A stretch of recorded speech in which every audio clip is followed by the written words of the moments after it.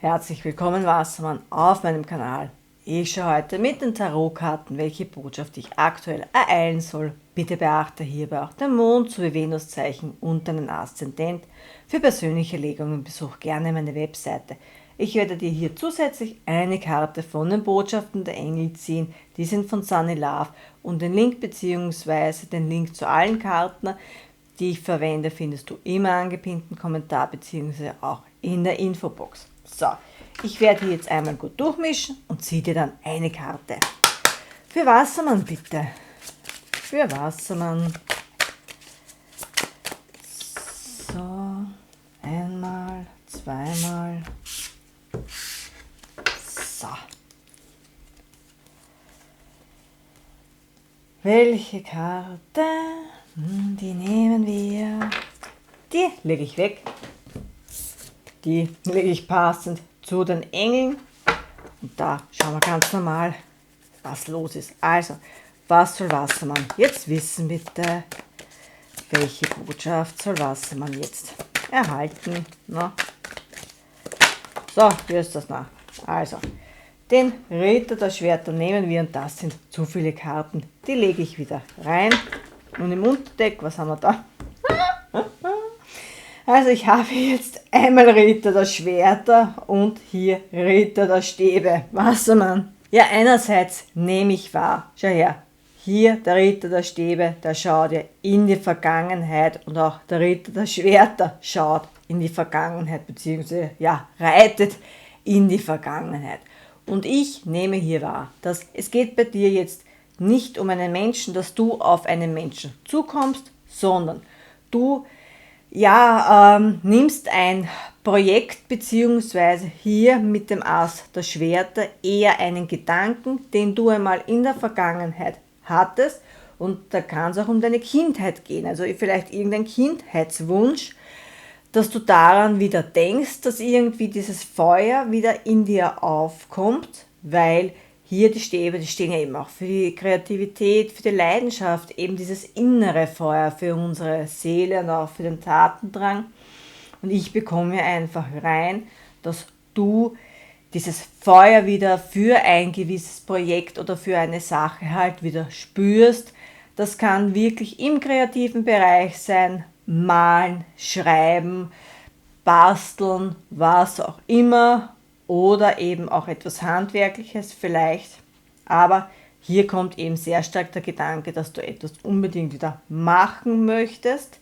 Und hier eben auch, dass du sehr entschlossen bist, dass du das Ganze mit Strategie machst. Ja, der Ritter der Stäbe, der ist impulsiv, das nehme ich bei dir jetzt aber nicht wahr. Hier geht es mehr um dieses Funken, um das Feuer, dass du das einfach machen möchtest. Und mit dem Ritter der Schwerter wirst du das strategisch angehen. Du legst dir hier sozusagen einen Plan zurecht, wie du das Ganze angehen kannst. Denn vielleicht möchtest du das einfach nur hobbymäßig machen und schaffst dir hier einfach Freizeit. Ja, frei.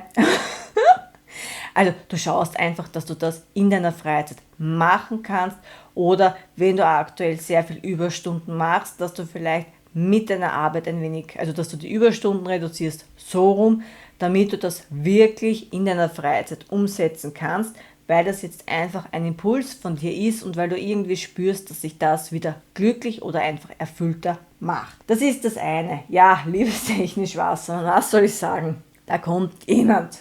Und ich möchte nicht sagen, dass es unbedingt ein Ex-Partner sein muss, aber du hattest mit diesem Mann, ist ja in den meisten Fällen ein Mann, schon Kontakt, und das Ganze hat aber entweder zu nichts geführt oder man ist einfach auseinandergegangen, ohne dass es jetzt einen ersichtlichen Grund gab. Und natürlich für andere geht es hier wirklich um einen Ex-Partner, also um eine Person, mit der man schon in einer Beziehung war. Ich muss es dennoch dazu sagen, es geht hier nicht zwingend um die romantische Liebe. Es kann genauso ein Arbeitskollege oder ein Freund sein. Diese Person kommt auf jeden Fall sehr entschlossen auf dich zu, auch hier sehr leidenschaftlich, lässt sich auch etwas einfallen, einerseits mit den Stäben, also diese Kreativität, andererseits hier die Schwerter, ja, wirklich diese Strategie, ein Plan und eben auch die Kommunikation. Also, der wird hier schnell auf dich zukommen. Beide Karten sind eine schnelle Energie und der möchte hier mit dem Ass der Schwerter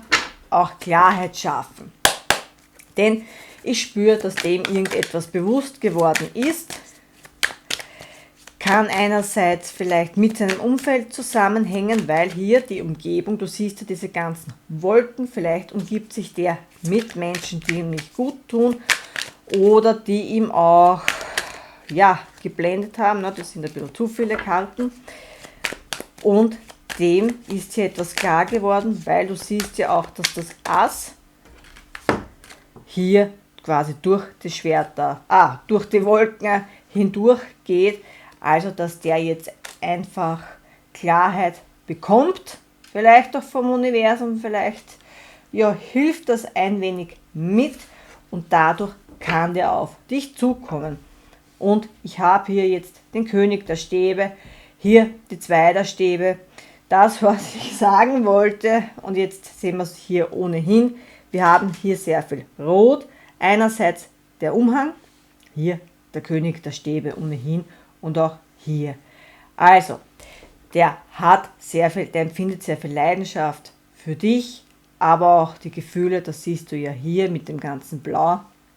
Und was noch ist, hier mit dem Rot, der übernimmt jetzt endlich die Verantwortung für sein Leben, das bekomme ich rein. Also der holt sich seine Macht zurück, sagen wir so, und der hat jetzt auch wirklich den Impuls, auf dich zuzukommen. Einerseits mit dem Ritter der Stäbe, da hatten wir ja auch das Ass der Stäbe und hier König der Stäbe. Hier siehst du das Ass, hier zweimal die Stäbe. Also das ist eine schnelle Energie und auch der hat den Tatendrang.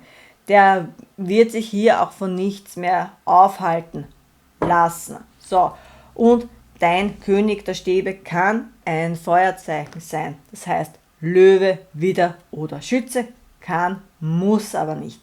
Ist auf jeden Fall ein sehr attraktiver Mann, auch sehr, das ist eher so ein Machertyp, der weiß, was er will und der holt sich das auch und ist auch sehr charmant und weiß auch, wie man flirtet und wie man zu seinem Ziel kommt. Aber nicht auf negative Art und Weise, sondern eben dieses Spielerische. Kann auch eine Führungsposition innehaben. Also ich nehme hier jetzt eher erste Management-Ebene wahr, das heißt Vorstand oder Geschäftsführer oder Aufsichtsrat oder er ist selbst Unternehmer. Und hier im Unterdeck habe ich die 5 der Kelche. So, mit den 5 der Kelchen klassisch, der bereut etwas, entweder dass ihr gestritten habt, vielleicht gab es hier eine Trennung und dem tut das leid, dem geht selbst nicht gut. Hier aber, und die 6 der Münzen. Schau, die 2 der Kelche, die kommen wieder zu euch. Ja, der kehrt den 2 der Kelchen den Rücken zu. Im Moment ist es noch so, dass der auf der einen Seite diese Reue verspürt, dass es ihm auch nicht gut geht. Und ich habe auch wirklich das Gefühl, dass ihm das Ganze auch peinlich ist. Ich weiß nicht, was da vorgefallen ist, vielleicht sein eigenes Verhalten. Weil mit dem Ritter der Stäbe, den wir ja vorhin hatten, das ist auch so, heute bin ich da, morgen bin ich wieder dort vielleicht.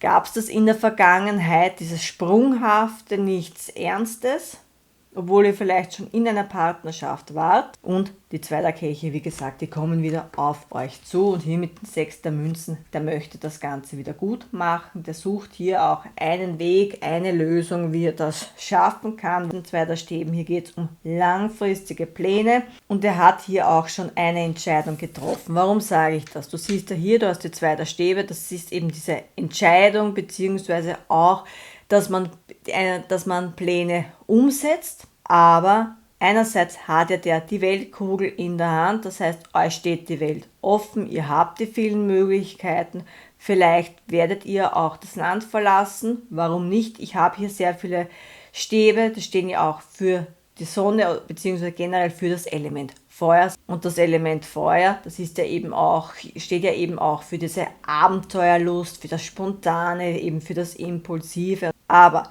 hier, ein Ass, das ist ja schon in der Hand und der kehrt ja hier dem anderen Stab den Rücken zu.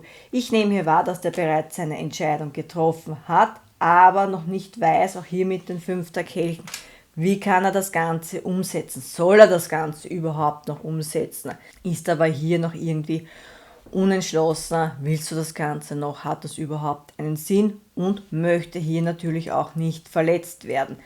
Daher kann es auch sein, dass der eben Angst, wenn er auf dich zukommt und vielleicht dir seine Gefühle gesteht, dass du das ablehnst, ergo er wird wieder verletzt, oder dass du vielleicht jetzt aus Rache mit ihm spielst. Das nehme ich aber nicht wahr und solltest du auch nicht tun, weil diese Machtspielchen, die bekommt man dann auch wieder zurück. Und was es mit deiner Idee auf sich hat oder mit deinem Wunsch aus der Kindheit, beziehungsweise da nehme ich eher wahr, dass du wirklich hier auch mit dem König der Stäbe, du gehst das Ganze an.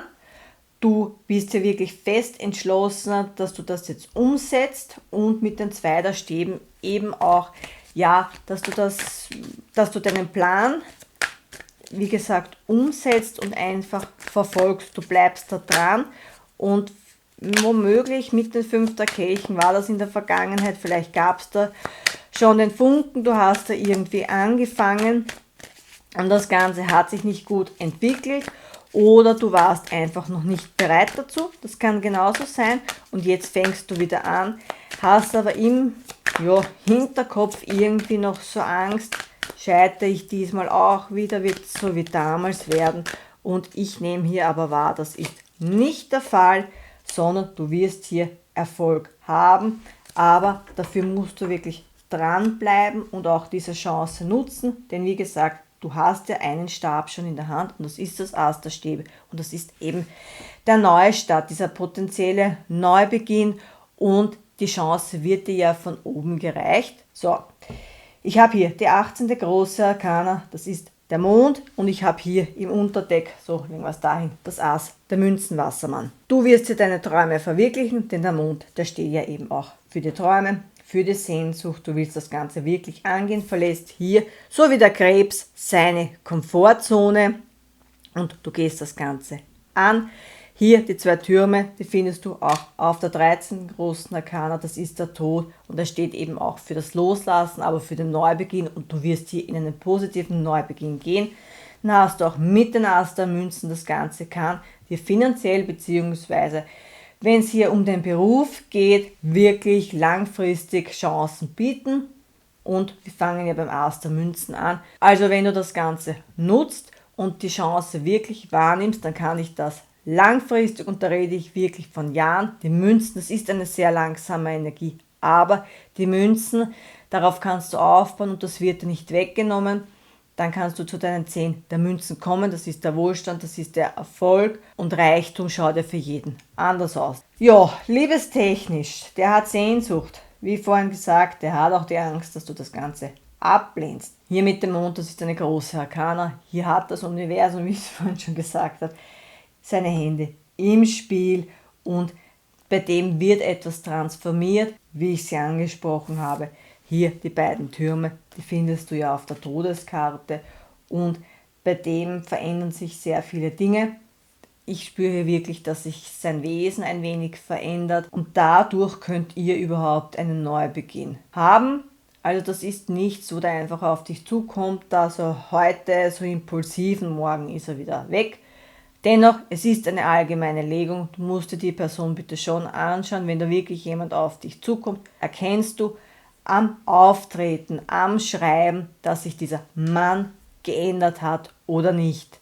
Wenn das so wie früher ist, dann vergiss das, dann ist es leider nicht deine Legung, zumindest was die Liebe betrifft oder noch nicht. Und ob du das Ganze überhaupt möchtest oder nicht, das musst du ohnehin du entscheiden. Wir alle haben einen freien Willen, unabhängig von einer Kartenlegung. So war es aber.